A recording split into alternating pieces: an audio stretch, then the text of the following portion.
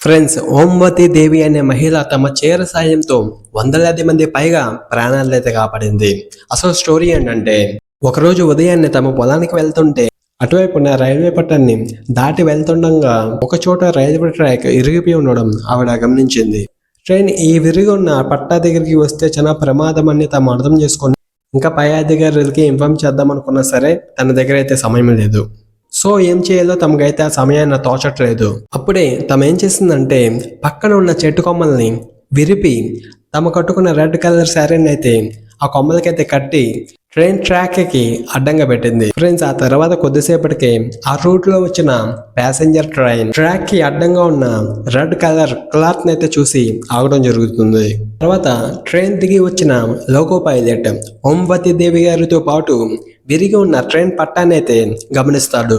ఇంకా loco pilot పై అధికారికి inform చేయడంతో వెంటనే ఆ ఇరిగిన పట్టాన్ని ఒక గంటలో బాగు చేస్తారు. ఆ సమయంలో సమయస్ఫూర్తితో వ్యవహరించి దాదాపు 150 మంది పైగా ప్రయాణికుల ప్రాణాలను అయితే కాపాడడం జరుగుతుంది ఈ మహిళ.